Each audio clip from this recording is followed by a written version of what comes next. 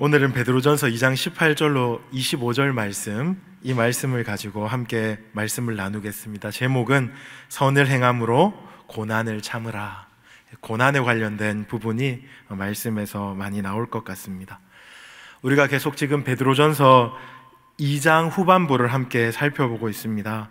2장 후반부의 핵심적인 가르침은 성도가 이 세상에서 성도답게, 교회가 이 땅에서 교회답게 어떻게 하면 거룩하게 하나님께 영광을 돌리며 살아갈 수 있을까 하는 것입니다. 그 방법을 다시 한번 제가 요약해드리면, 하나님께서 주신 자유로 기꺼이 다시 종이 되어서 육체의 욕심을 제어하고 행실을 선하게 하면서 하나님을 사랑하고 이웃을 사랑하는 삶을 살아가는 것이다. 이렇게 2장 전체를 제가 한번 요약해 보았습니다. 다 기억나시죠? 그렇죠? 자유로 종이 되고 육체를 제어하고 행실을 선하게 하고 하나님을 사랑하고 이웃을 사랑하는 것, 그것이 하나님이 교회에게 기대하시는, 성도에게 기대하시는 하나님께 영광이 되는 거룩한 삶이다. 우리가 그렇게 한번 기억해 볼 수 있겠습니다. 이제 오늘부터 3장 이렇게 나아가면서는 구체적인 대상을 언급합니다. 구체적인 대상을 언급하면서 그들이 삶의 자리에서 어떻게 살아가야 하는가에 대한 명령을 주고 있는데요, 오늘은 특별히 사환들아, 이렇게 본문이 시작합니다. 사환들에게 명령을 주고 있는 겁니다. 사환, 이렇게 말하면 여러분들이 크게 와닿지 않을 것 같아요. 사환들아 하면 이 사환들이 어떤 사람인지 우리가 해석이 필요합니다. 사환들아 이렇게 적혀 있는데 여러분이 밑줄을 그으시고 노예들아 이렇게 적으면 틀림이 없습니다. 노예입니다.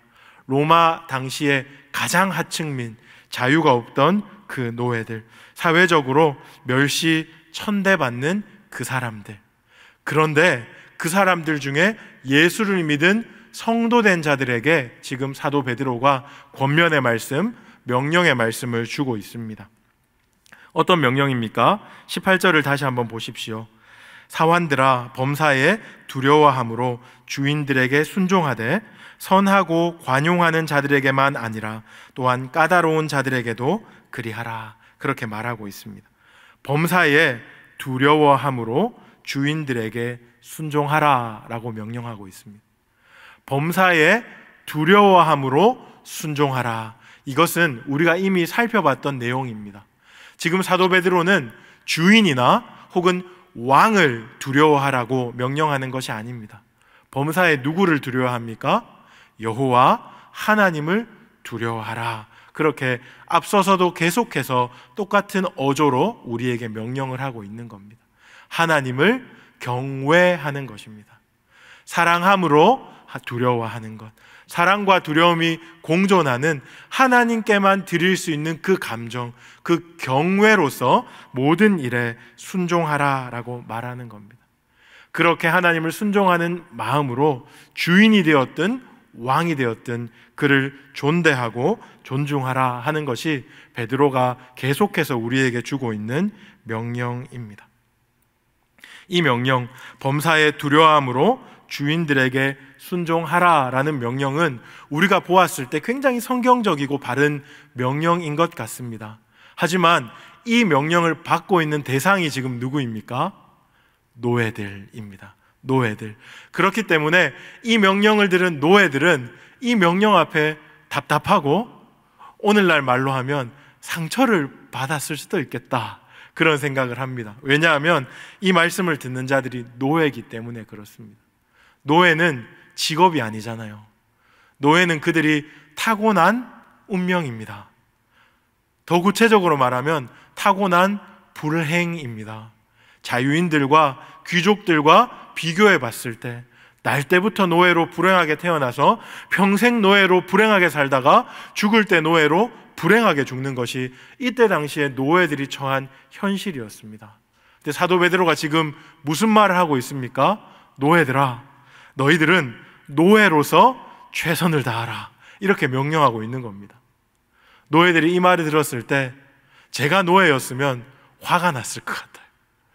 지금 무슨 소리를 하냐, 노예로서 최선을 다해 보았자 내 삶이 바뀔 게 아무것도 없는데, 예수 믿는 노예라고 해서 그 노예라는 신분 속에서 최선을 다하라 라는 말은 당신은 나한테 할 수 있는 말이지만 나는 동의할 수 없습니다. 그런 마음, 답답한 마음 들었을지 모르겠습니다. 그런가 하면 또한 노예들은 노예로서 당하는 부당한 현실을 늘 경험하는 자들입니다. 오늘 본문의 표현으로는 까다롭고 부당한 현실들 앞에 늘 처해 있는 자들인데, 그들에게 그럼에도 불구하고 최선을 다하라 라고 명령하는 것은 어떻게 보면 현실을 고려하지 않은 옳은 말, 정답 같은 명령이라고 느껴질지도 모르겠습니다. 까다롭다 하는 표현, 오늘 본문 19절에 나오는데요, 18절에 나오는데요, 18절 하반절에 보십시오. 까다로운 자들에게도 그러하라, 이렇게 마지막에 나오죠. 여기서 까다롭다라는 헬라어는 스콜리오스입니다. 이 까다롭단 말은 그냥 단순히 좀 예민하고 취향이 분명하고 어떤 일에 있어서 예의를 더 갖춰야 하는 그런 내용이 아닙니다. 이 스콜리오스는 제대로 번역하면 패역하다, 왜곡되었다, 이런 뜻입니다. 패역하다, 왜곡되었다. 이런 스콜리오스라는 단어는 19절에서는 더 분명하게 나옵니다. 이를 위하여, 19절, 부당하게 고난을 받아도 라고 시작하죠. 부당하다라는 말과 여기서 까다롭단 말은 같은 맥락에서 우리가 이해해 볼 수 있는 단어입니다. 그러니까 지금 사도 베드로는 너희의 상전이 너희에게 패역하게 행할지라도, 왜곡된 시선으로 너희를 의심하거나 불공평하게 너희 앞에서 행동한다 할지라도 너희는 착하고 좋은 마음으로 순종해야 한다라고 지금 명령하고 있는 겁니다. 여러분도 이 명령을 들을 때 저의 마음과 크게 다르지 않을 것 같아요.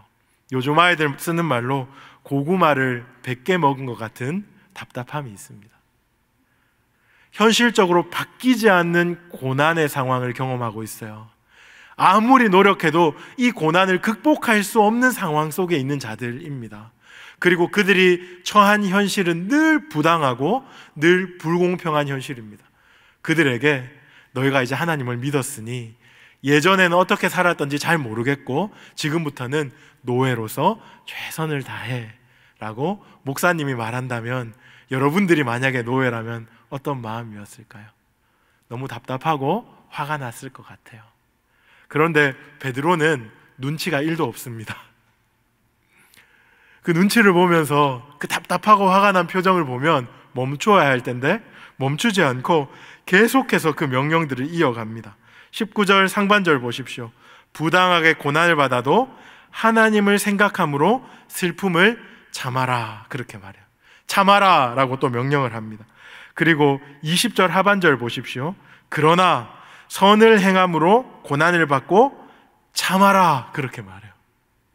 지금 또 사도 베드로는 너희가 노예로서 최선을 다하라, 그런 명령에 멈추지 않고 참아라, 참아라, 너희가 참아라 라고 지금 노예들에게 명령하고 있는 겁니다.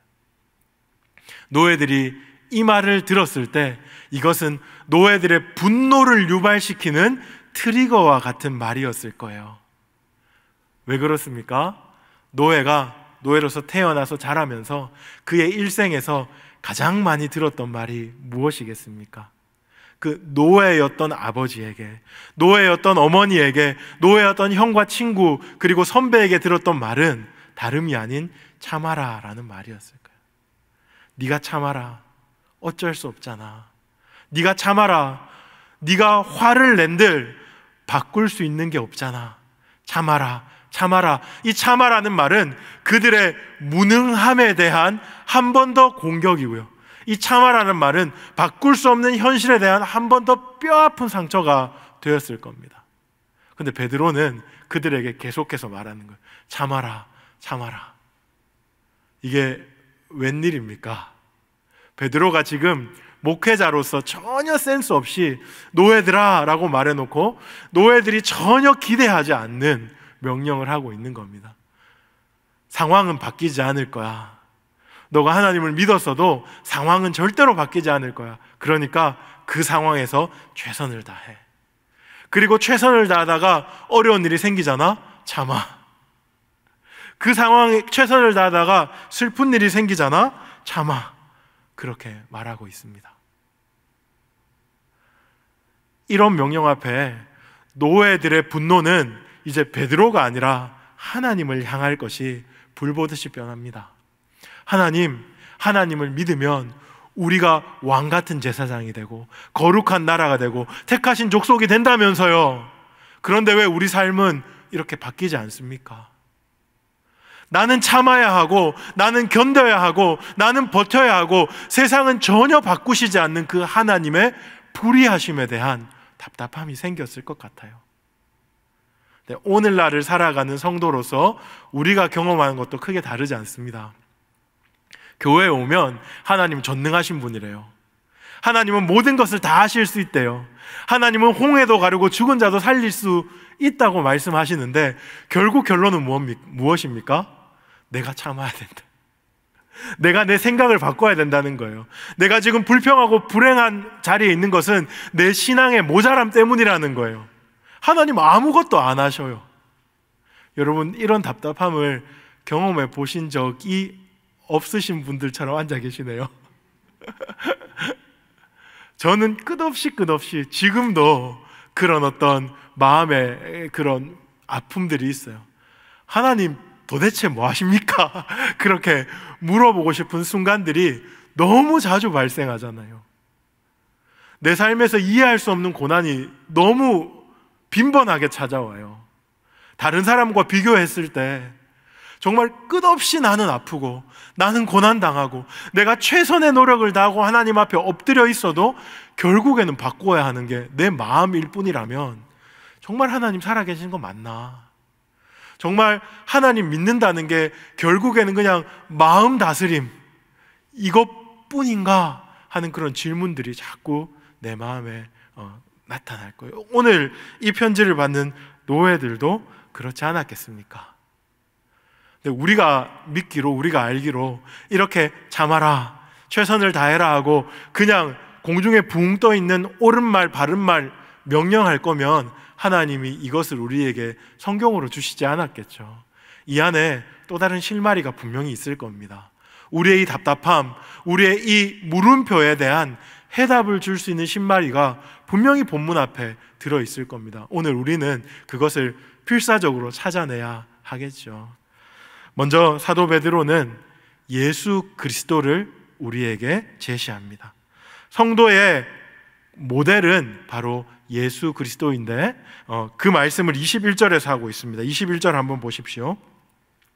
이를 위하여 너희가 부르심을 받았으니 그리스도도 너희를 위하여 고난을 받으사 너희에게 본을 끼쳐 그 좌치를 따라오게 하려 하셨느니라. 이 말이 무슨 말인가 하면 너희가 이제 성도가 되었다면 예수 그리스도로 말미암아 구원을 받은 것뿐만 아니라 이제 예수 그리스도의 본을 따라, 오늘은 어떻게 말해? 본을 따라 그 자취를 따라 살게 하려 함이라 그렇게 말했어요. 이제는 우리의 삶의 길이, 우리의 삶의 걸음이 예수께서 걸어가셨던 그 길로 걸어야 하는 부르심으로 우리가 부름을 받았다. 사도 베드로가 그렇게 말합니다.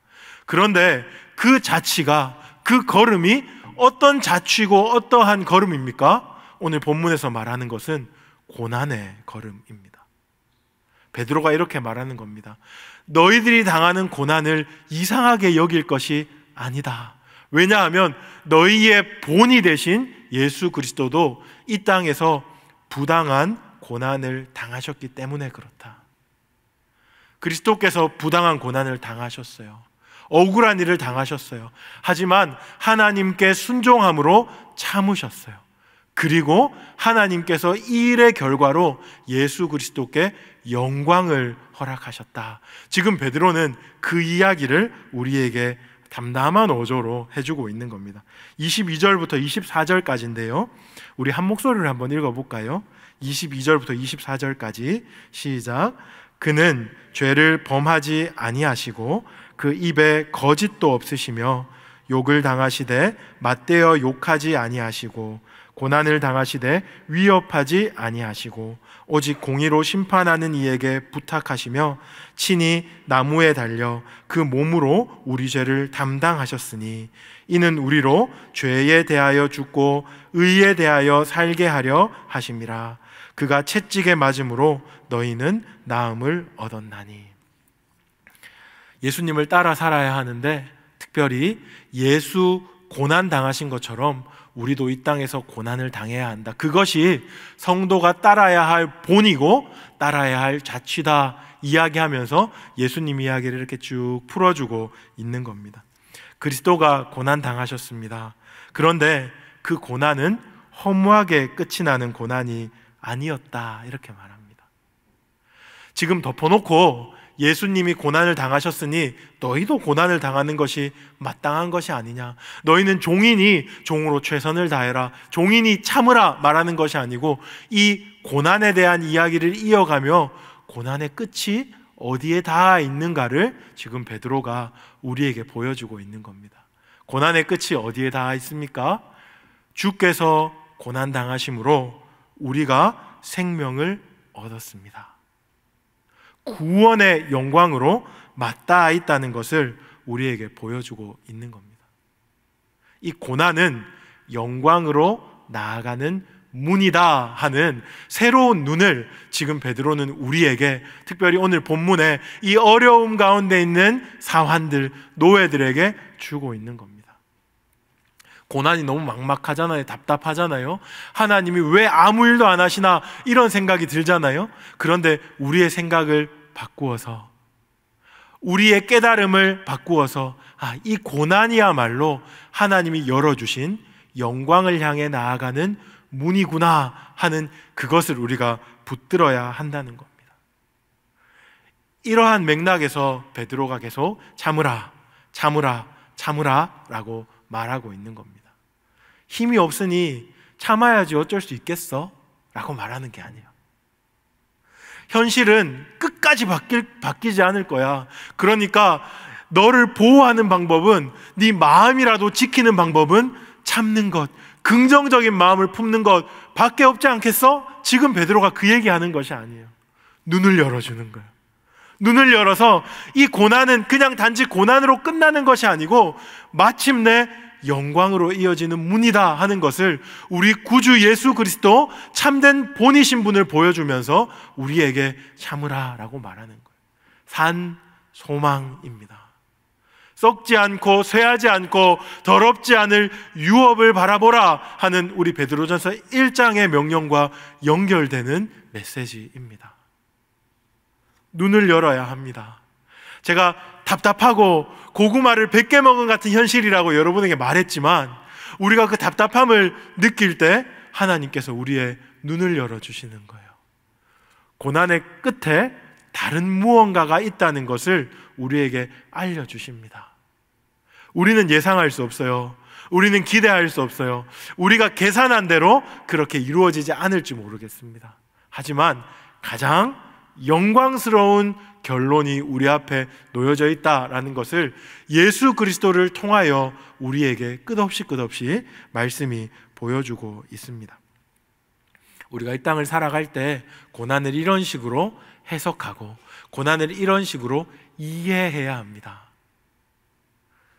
세상이 주는 눈, 힘을 키우고 권력을 키우고 많은 것을 가져서 우리가 당하지 않아도 되는 고난들은 삭삭삭 피해가는 삶이 행복한 삶이다, 이렇게 이해하면 답이 없어요. 절대 이렇게 이해하면 답이 없습니다. 그리고 이것은 바른 이해가 아닙니다. 하나님이 계시고 하나님께서 이 고난을 선으로 바꾸어 주신다 하는 그 이해 가운데 이 고난이 영광을 향한 문이다 하는 이해로 여러분 앞에 닥쳐오는 고난들, 이 고난들을 다르게 해석하고 다르게 이해하고 다르게 살아가는 그런 눈들이 우리에게 반드시 필요합니다. 내가 기대하는 아름다운 행복한 미래가 있어요. 5년이 지나고 10년이 지나고 의사가 완치입니다. 더 이상 암세포가 하나도 발견되지 않습니다. 당신은 100살까지 건강하게 살 겁니다. 이렇게 말해줬으면 좋겠는 그런 행복. 지금은 부도지만 어떻게 하나님 은혜 베풀어 주셔서 이 부도를 딛고 2배, 10배, 100배의 성장을 이루는 그런 행복. 그러한 행복으로 하나님 우리를 인도해 주십니다. 이렇게 말하면 사입이겠죠. 그렇죠? 그런 거 말고.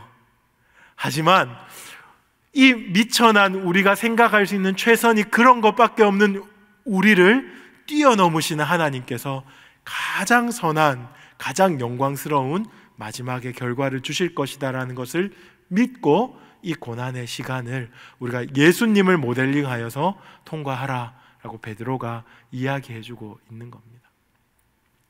이런 말씀을 들었을 때 이런 질문을 할 수도 있을 것 같아요. 저는 이런 질문을 하거든요. 그건 예수님이니까 그렇죠. 예수님이 고난을 당하셨고 십자가에 죽으셨고 3일 만에 부활하신 것은 예수님이니까 그렇죠. 예수님은 끝없는 고난 끝에 영광이 약속되어 있는 분이니까 그렇죠. 하지만 나는 예수님과 달라요. 그런 답답함을 하나님께 토로하실 분들이 있을지 모르겠습니다. 근데 여러분, 다르지 않습니다. 예수님의 고난을 영광으로 바꾸어 주신 분이 누구십니까? 하나님 아버지세요. 그래서 오늘 말씀 23절에도 23절 하반절에 보면 오직 공의로 심판하시는 이에게 부탁하시며 라는 말이 나와요. 예수님도 하나님을 의지했습니다.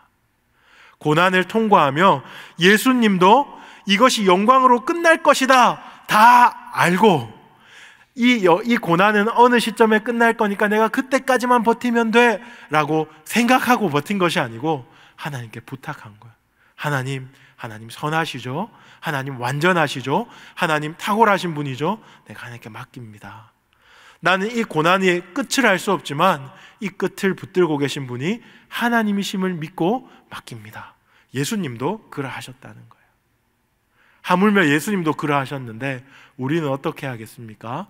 이 고난을 통과할 때 언제 끝나나, 도대체 이 고난이 어떻게 끝날까, 이런 기대들을 다 내려놓고 하나님께 맡깁니다. 하나님께서 일하실 타이밍입니다. 하나님의 은혜가 필요합니다. 그렇게 이 고난을 통과해야 한다 하는 것을 여러분들이 반드시 기억하셨으면 좋겠습니다. 베드로는 오늘 본문에서 은혜를 굉장히 강조하고 있어요. 근데 진짜 안타까운 것은 한글 성경으로 읽으면 은혜라는 말을 찾을 수 없습니다. 그런데 오늘 본문 19절, 20절을 다시 한번 보시겠습니다. 19절에 부당하게 고난을 받아도 하나님을 생각함으로 슬픔을 찾으면 이는 아름다우나 죄가 있어 매를 맞고 참으면 무슨 칭찬이 있으리요. 그러나 선을 행함으로 고난을 받고 참으면 이는 하나님 앞에 아름다우니라. 여기서 반복적으로 나오는 말이 무엇입니까? 아름다우나 아름다움으로. 이 아름다우나 아름다움으로 이 말을 헬라어로 베드로가 썼는데요, 이 헬라어로 쓴 단어가 어떤 단어냐면 카리스라는 단어예요. 카리스라는 단어는 아름답다로 해석할 수 없습니다. 사실은 은혜롭다라고 해석하는 것이 맞는 번역입니다. 그러니까 지금 이렇게 말하는 거예요. 부당하게 고난을 받아도 하나님을 생각함으로 슬픔을 참으면 이는 은혜로운 일이다, 그렇게 말하는 겁니다. 그리고 20절 하반절에 그러나 선을 행함으로 고난을 받고 참으면 이는 하나님 앞에 은혜로운 것이다, 그렇게 말하고 있어요. 아름다우나 이렇게 말하면 마치 그 참는 주체가 얼마나 애쓰고 얼마나 노력하고 얼마나 기특한가 이렇게 지금 말하고 있는 것 같지만, 은혜롭다 말하면 이제는 하나님이 일하시는 공간이 확 생기는 거예요. 왜냐하면 은혜는 하나님의 일이잖아요. 노예는 참고 버티고 인내할 수밖에 없습니다. 그 자리에 다른 소망이 전혀 보이지 않아요. 그게 노예입니다. 하지만 그가 노예로서 다른 소망 아무것도 보지 못하고 참고 버티고 인내할 때 하나님께서 그 상황을 확 열고 들어오시는 거예요. 은혜라는 말로 확 열고 들어오시는 거예요. 이 말이 안 되는 상황이죠. 고난이 너무 불편부당한데 참으라는 거예요. 그런데 그들은 그렇게 할 수밖에 없는데 지금 하나님이 은혜라는 말로 상황을 확 열고 들어오시는 거예요. 여러분 죄송합니다. 여러분 눈을 여세요. 하나님이 여러분을 고아처럼 버려두시지 않으셨어요. 절대로. 나 혼자 내 힘으로, 내가 가진 능력으로, 권력으로 살아가는 것 같아 보이지만 성도의 삶에는 절대로 그렇지 않습니다. 하나님이 그냥 옆에서 잘한다 하고 응원해 주시고 그냥 작은 것들로 도와주시는 분이 아니에요. 여러분 삶을 확 여시고 그 삶에 은혜를 부어주셔서 주도권을 붙드시고 여러분 삶을 우리가 기대하지 않았던, 우리가 감히 꿈꿀 수 없었던 미래로 끌고 가시는 분이 하나님이세요. 지금 베드로는 카리스라는 단어를 반복해서 사용하면서 은혜를 보는 눈을 열어주고 있는 겁니다. 너무 답답하고 너무 뼈아픈 현실을 살아가고 있습니다.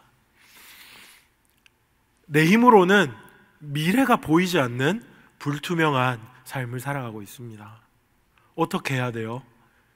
이때 하나님을 믿는다는 것이 우리에게 과연 어떤 의미입니까? 하나님, 어떻게 좀 해주세요. 하나님 좀 도와주세요. 그게 아니고 하나님께 내 삶의 결론을 맡겨드리는 거예요. 하나님의 은혜가 일하실 수 있도록, 그렇게 하나님의 은혜가 일하심을 믿고 하나님 앞에 나아가는 겁니다. 지금 사도 베드로는 우리에게 은혜라는 단어를 보여주면서 우리가 그 은혜 앞에 열광하고 환호하도록 만들고 있어요. 노예들아, 하나님의 은혜가 있다. 그래요. 우리의 뜻대로 세상이 뒤집어지고 우리가 원하는 대로 삶이 바뀌면 너무너무 행복할 것 같지만 하나님이 보실 때는 그렇지 않은가 봐요. 그러니까 하나님이 우리의 삶을 그렇게 하지 않으십니다. 하지만 끊임없이 우리 삶을 열어서 그분의 은혜가 어떻게 일하는지 우리가 알기를 원하시고 비밀스럽게 역사하시면서 참으로 죽음을 이기고 영광으로 나아갔던 예수 그리스도처럼 여러분의 삶에서 그런 영광을 경험하기를 원하십니다. 우리 둘째 아들이 잘 때마다 듣는 찬양이 있어요. 얘가 지금 3년째 거의 그 찬양만 듣고 있거든요. 무슨 찬양이냐면 은혜라는 찬양이에요. 다른 찬양, 잔잔한 자장가를 틀어줘도 아빠 그거 말고 나 잘 때 듣는 찬양 있잖아요, 틀어주세요. 그래서 어제도 한 10번 정도 제가 밤에 들었던 것 같아요. 그 찬양의 가사가 여러분 너무 잘 알겠지만 후렴이 이렇습니다. 모든 것이 은혜, 은혜, 은혜, 한없는 은혜. 내 삶에 당연한 것 하나도 없었던 것을 모든 것이 은혜, 은혜였어. 이 찬양의 가사에 여러분이 동의하신다면 여러분 삶의 결과를 하나님께 맡기십시오.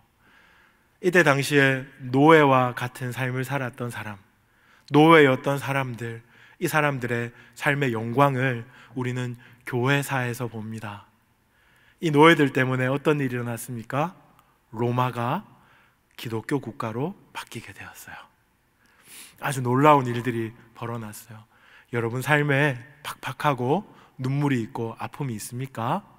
하나님이 여러분 삶에 그 눈물과 팍팍함과 아픔들을 사용하셔서 바꾸셔서 영광으로 삼으실 겁니다. 믿음의 눈으로 하나님의 은혜를 바라보는 우리 모두가 되기를 주님의 이름으로 축복합니다.